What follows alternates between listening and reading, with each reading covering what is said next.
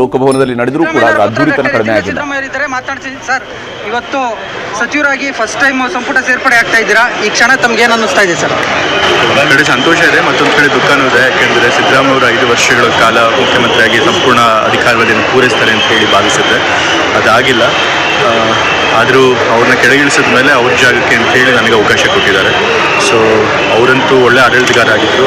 ಅವರಿಗೆ ಹೆಸರಿಗೆ ತರುವ ಹಾಗೆ ನಾನು ಕೂಡ ಕೆಲಸ ಮಾಡಬೇಕಾಗಿದೆ. ಅದು ದೊಡ್ಡ ಜವಾಬ್ದಾರಿ ಇದೆ, ಪ್ರಯತ್ನ ಪಡ್ತಾರೆ ಸರ್. ಈಗ ಹಿಂದುಳಿದ ವರ್ಗಗಳನ್ನು ಮುನ್ನಡೆಸೋ ಜವಾಬ್ದಾರಿ, ಅಹಿಂದ ಸಂಘಟನೆ ಮುನ್ನಡೆಸೋ ಜವಾಬ್ದಾರಿ, ಈ ನಿಟ್ಟಿನಲ್ಲಿ ಯಾವ ಒಂದು ಡ್ರೀಮ್ ಇದೆ ಸರ್? ಈಗ ತಂದೆಯವರು ಈಗಾಗಲೇ ಹೇಳಿದ್ದಾರೆ, ಅವರು ಬರೀ ಮುಖ್ಯಮಂತ್ರಿ ಸ್ಥಾನಕ್ಕೆ ಮಾತ್ರ ರಾಜೀನಾಮೆ ಕೊಟ್ಟಿರೋದು, ಆದರೆ ಸಕ್ರಿಯ ರಾಜಕಾರಣಕ್ಕೆ ರಾಜೀನಾಮೆ ಕೊಟ್ಟಿಲ್ಲ ಅಂತ ಹೇಳಿ. ಸೊ ಹಾಗಾಗಿ ಅವರು ಖಂಡಿತ ಹಿಂದ ಸಂಘಟನೆಗಳನ್ನ ಸಂಘಟನೆ ಮಾಡೋದಕ್ಕೆ ಮತ್ತು ಅವರ ಹಕ್ಕುಗಳಿಗೋಸ್ಕರ ಹೋರಾಟ ಮಾಡೋದನ್ನು, ಸಂವಿಧಾನ ರಕ್ಷಣೆಗೋಸ್ಕರ ಹೋರಾಟ ಮಾಡೋದನ್ನು ಸರ್, ಮೊದಲ ಬಾರಿಗೆ ಸಚಿವರಾಗ್ತಾ ಇದ್ದೀರಾ, ತಾವು ಕೂಡ ಆರೋಗ್ಯ ಕ್ಷೇತ್ರದಲ್ಲಿ ಸೇವೆ ಸಲ್ಲಿಸಿದ್ದೀರಾ. ಆರೋಗ್ಯ ಕ್ಷೇತ್ರನ ಅಥವಾ ನಗರಾಭಿವೃದ್ಧಿ ಕ್ಷೇತ್ರನ, ಹಿಂದುಳಿದ ವರ್ಗ ಕ್ಷೇತ್ರನ ಯಾವ ಖಾತೆ ಎಕ್ಸ್ಪೆಕ್ಟ್ ಮಾಡ್ತೀರಾ? ಇಂಥದೇ ಖಾತೆ ಕೊಡಿ ಅಂತ ಹೇಳಿ ನಾನು ಬೇಡಿಕೆ ಇಟ್ಟಿಲ್ಲ. ವರಿಷ್ಠರು ಯಾವ ತೀರ್ಮಾನ ಮಾಡ್ತಾರೋ, ಯಾವ ಖಾತೆ ಕೊಡಬೇಕು ಅಂತ ಹೇಳಿ ಇದಿಷ್ಟು ಡಾಕ್ಟರ್ ಸಿದ್ದರಾಮಯ್ಯನವರ ಸ್ಪಷ್ಟ ನುಡಿಗಳು. ಕ್ಯಾಮ್ರಾಮನ್ ಹೆಬ್ಬಾಕ ತಿಮ್ಮೇಗೌಡ ಜೊತೆ ನ್ಯೂಸ್18 ಕನ್ನಡ, ಬೆಂಗಳೂರು.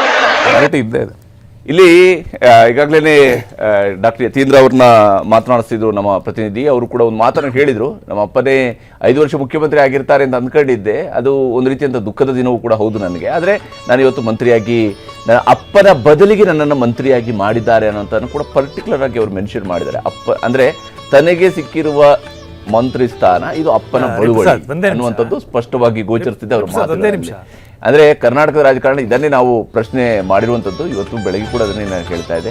ಯಾವ ಕಾರಣಕ್ಕೆ ಯತೀಂದ್ರ ಸಿದ್ದರಾಮಯ್ಯನವರಲ್ಲಿ ಏನು ವಿಶೇಷವನ್ನು ಕಾಂಗ್ರೆಸ್ ಅವರು, ನೀವು ನಿಮ್ಮ ಸಂಪ್ರದಾಯವಾಗಿ ನೀವು ಅಧಿಕಾರವನ್ನು ಒಂದೊಂದು ಕುಟುಂಬಗಳಿಗೆ ಕೊಡೋದಕ್ಕೆ ಹೊರಟಿದ್ದೀರಿ ಹೊರತು ಬೇರೆ ಮಾಡಕ್ಕೆ ಹೊರಟಿಲ್ಲ. ಒಂದು ನಿಮಿಷ, ನಾನು ಕೂಡ ವರ್ಣ ಕ್ಷೇತ್ರದ ಮತದಾರನೇ.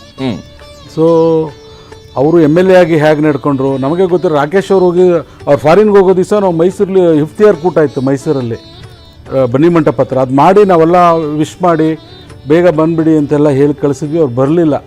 ಪ್ರತಿಯೊಂದು ಹಂತದಲ್ಲೂ ನಾವು ಜೊತೆಯಲ್ಲೇ ಇದ್ವಿ. ಇವರು ರಾಜಕಾರಣಕ್ಕೆ ಬರ್ತಾರೆ ಅಂತ ಪಾಪ ಸಿದ್ದರಾಮಯ್ಯ ಸಾಹೇಬ್ರು ಇವ್ರು ರಾಜಕಾರಣಕ್ಕೆ ಕರ್ಕೊಂಬರೋಕ್ಕೆ ಭಾಳ ಹರಸಾಹಸ ಮಾಡಿ ಕಡೆಗೆ ಅವ್ರ ತಾಯಿ ಅವ್ರನ್ನ ಮನವೊಲಿಸಿ ಇವ್ರನ್ನ ಕರ್ಕೊಂಬಂದಿದ್ದು. ಬಟ್ ಅಷ್ಟು ಒತ್ತಾಯ ಮಾಡಿ ಕರ್ಕೊಂಬರೋದೇನಿತ್ತು? ಅಲ್ಲ ಸರ್, ಈಗ ತಮಗೆ ಮಾಡಿ ಕರ್ಕೊಂಬರೋದೇನಿತ್ತು?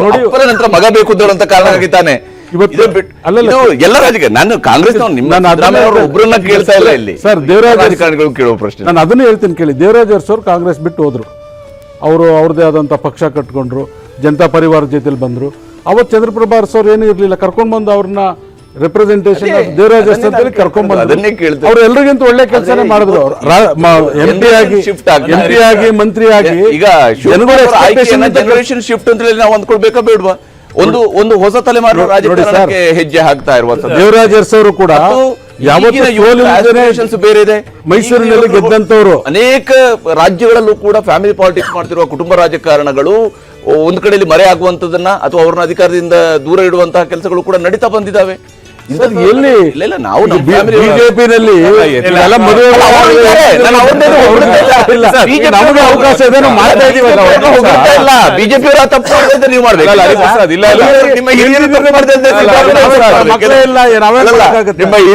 ನಿಮ್ಮ ಹಿರಿಯರುಗಳು ತಪ್ಪು ಮಾಡಿದೆ ಅಂತ ಸಿದ್ದರಾಮಯ್ಯ